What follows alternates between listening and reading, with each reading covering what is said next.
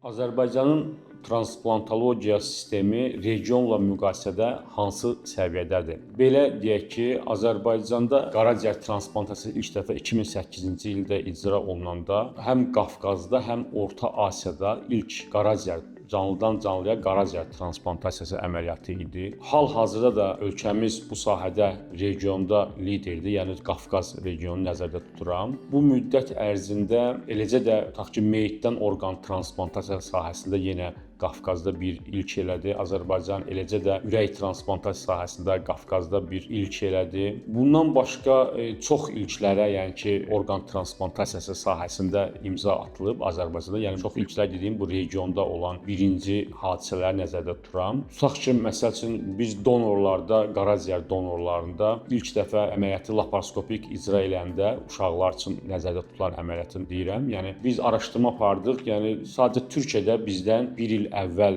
icra olunmuşdu bu əməliyyat. Başqa Qafqazda, Orta Asiyada biz belə əməliyyatın icra olmağına rast gəlmədik. Məsəl üçün deyək ki, mən keçən illəri Özbəkistana getmişdim. Orada bir 10 günlük əməliyyatlar icra elədik Səhiyyə Nazirliyinin xətti ilə. Orada böyrək transplantasiya əməliyyatlarında donor əməliyyatlarını laparoskopik icra eləmirdilər və biz orada 10 gün o əməliyyatları icra eləyəndən sonra özbək kolleqalarımız biz qayıdandan sonra həmin əməliyyatı laparoskopik icra eləməyə başladılar. Ümumilikdə Azərbaycanda transplantasiyanın inkişafını regionla müqayisədə qənaətbəxş hesab eləmək olar.